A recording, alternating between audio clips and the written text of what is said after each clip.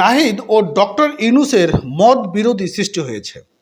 বন্ধুরা, আপনারা জানেন যে কোটা বৈষম্য আন্দোলনকে কেন্দ্র করে শেখ হাসিনার পতন এবং এই কোটা সংস্কার আন্দোলনের পিছনে মূল মাস্টার মাইন্ড কে, এটি নিয়ে যখন বিভিন্ন মহলে কথা হচ্ছে, জামাত ইসলাম থেকে শুরু করে ডক্টর ইউনূস এই যে মাস্টার মাইন্ড শব্দটা উচ্চারণ করে বিভিন্ন প্ল্যাটফর্মে পরিচয় করে দিচ্ছে, ঠিক তখনই বৈষম্য বিরোধী যারা আন্দোলনে অন্তর্ভুক্ত ছিলেন সেখানে প্রশ্নবিদ্ধ করা হচ্ছে। তো এই বিষয়ে নাঈম আলী ভাই চমৎকার একটি কন্টেন্ট বানিয়েছেন। কি বলছে ডক্টর ইউনূস এবং এই বৈষম্য বিরোধী ছাত্র আন্দোলনের যে বর্তমান প্রেক্ষাপটে রাজনীতির মোড় কোন দিকে ঘুরতে যাচ্ছে, সেটি আজকে আমরা এই ভিডিওর মাধ্যমে দেখতে যাব। চলুন আমরা মূল ভিডিওটি দেখে আসি।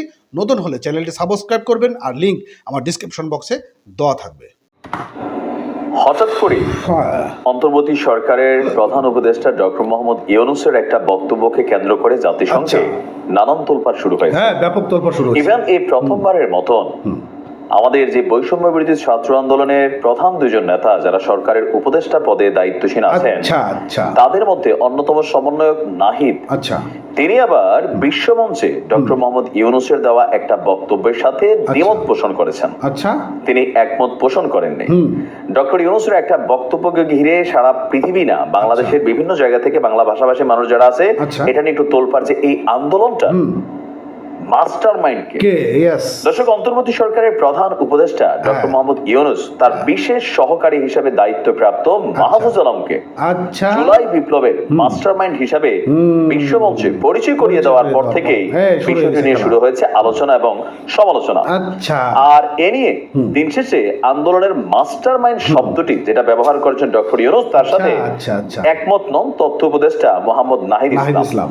তো তার বক্তব্য কি? তার বক্তব্যটাই সার্বজনীন।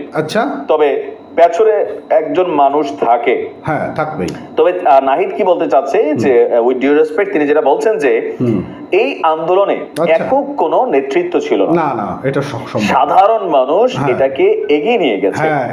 আবার জামাত ইসলাম বলছে যে না, এই নাহিদি ছাত্র শিবিরের সেক্রেটারি, সে জানতো ছাত্র শিবিরের সেক্রেটারি এই ছেলেটা।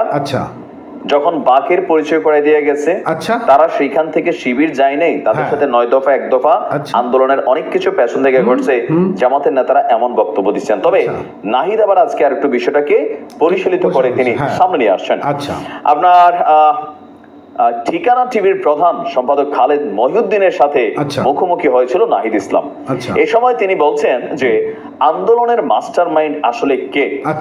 আর নাহিদ বলছেন যে বেসিক্যালি বৈষম্য বিরোধী ছাত্র আন্দোলন প্ল্যাটফর্ম সাধারণ শিক্ষার্থীদের জায়গা। এখানে বিভিন্ন রাজনৈতিক নেতারাও ছিলেন, যেটা শিবিরকে মেনশন করা হয়েছে। একটা সময় আন্দোলন পরিচালনা করতে অনেকেই বুদ্ধি পরামর্শ দিয়েছিলেন, এটাকে কৌশলে আরো সুন্দরভাবে পরিচালিত করা হয়েছে। এক্ষেত্রে যার কথা বলা হয়েছে তিনি বিশেষভাবে আমাদেরকে পরামর্শ দিয়েছেন। আর এছাড়া মাস্টার মাইন্ড সেটা না। নাহিদ বলছে যে তিনি বা মাহফুজ আলম বা আমরা কেউই এই মাস্টার মাইন্ড শব্দটার সাথে একমত নই। ডক্টর ইউনূস শব্দটাকে হয়তো ভালোবেসে ব্যবহার করেছেন। আন্দোলনটা বেসিক্যালি কারো একক নেতৃত্বে এত দূর আসেনি, সাধারণ মানুষ, ছাত্র জনতা সম্মিলিতভাবে আন্দোলনটাকে এগিয়ে নিয়ে গিয়েছে। আন্দোলনটাকে কয়েকজন মিলে পরিচালনা করতে হয়েছে ঠিকই, নিতে হয়েছে নানা জনের বুদ্ধি পরামর্শ। তবে আমরা একে জনগণের স্বতঃস্ফূর্ত আন্দোলন হিসাবেই দেখি এবং মাহফুজ সমন্বয়কের বাহিরে আর কেউ না। এখন মাহফুজও কিন্তু একটা বক্তব্যে সে নিজেকে দাবি করেছে সে মাস্টার মাইন্ড না। তবে ডক্টর মোহাম্মদ ইউনূস কেন আসলে মাহফুজকে মাস্টার মাইন্ড বলছেন সেটা তিনি ভালো জানেন, অথবা পর্দার পেছনের যে গল্পগুলো যেগুলো আমরা হয়তো এখানে দেখি না, টিভিতে আসে না, এখানে নানান আলোচনা তথ্য উপাত্ত থাকতে পারে। এই মাহফুজকে ডক্টর মোহাম্মদ ইউনূসের বিশেষ সহকারী হিসেবে নিয়োগ দেওয়া, সকল কিছু মিলিয়ে আলোচনায় ছিল এই মাহফুজ। তবে এই ছেলেটার মেন্টালিটি অনেক উচ্চতর মেন্টালিটি। আমি তার অনেক বক্তব্য শুনছি, আমার কাছে ভালো লাগছে যে তার চিন্তা ওই একটা রাজনৈতিক দল নিয়ে বাংলাদেশ আগায় যাবে, বা ধরেন দুইটা রাজনৈতিক দল নিয়ে আগে যাবে, একটা দল ব্যান করে দিব। যখন জামাতকে ব্যান করা হয়েছিল তখনও সে প্রতিবাদ করছে। ইভেন আওয়ামী লীগকে ব্যান করা নিয়ে হতো, কিন্তু একই বক্তব্য রাখছে যে এখানে কাউকে ব্যান করা যাবে না, কোন একটা দলকে নাই করে দেওয়া যাবে না, কোন একটা গোষ্ঠীকে উপেক্ষা করে বাংলাদেশ আগাই যাবে না। কেননা ওই গোষ্ঠীরও একটা বড় সংখ্যক মানুষ এই দেশে বসবাস করে, এদের মধ্যে প্রতিশোধের নেশা যদি মাথা চাড়া দেয় দেন দেশ অস্থিতিশীল হবে। বাংলাদেশ যেখান থেকে এই ছাত্র বৈষম্য বিরোধী আন্দোলনের শুরু হয়েছিল নতুন একটা দিনের জন্য, এটা কখনই আর আসবে না। আবার সেই জুলাই বিপ্লব আগস্ট ফিরে আসবে। পোলার মাথার মধ্যে অনেক সুন্দর চিন্তা, সবাইকে নিয়ে আগায় যাওয়ার চিন্তা। তো এখন যেটা বোঝা যাচ্ছে যে যাই হোক, এখন নাহিদের জায়গা থেকে নাহিদ বলছে, মাহফুজের জায়গা থেকে মাহফুজ বলছে, ডক্টর ইউনূসের জায়গা থেকে তিনি বলছেন। তবে তিনি এমন জায়গাতেই পরিচয় করাই দিচ্ছেন, আবার এই বিশেষণগুলো ব্যবহার করছেন যে দেখা মনে হবে না, কিন্তু এক একজন সেই লেভেলের খেলোয়াড়।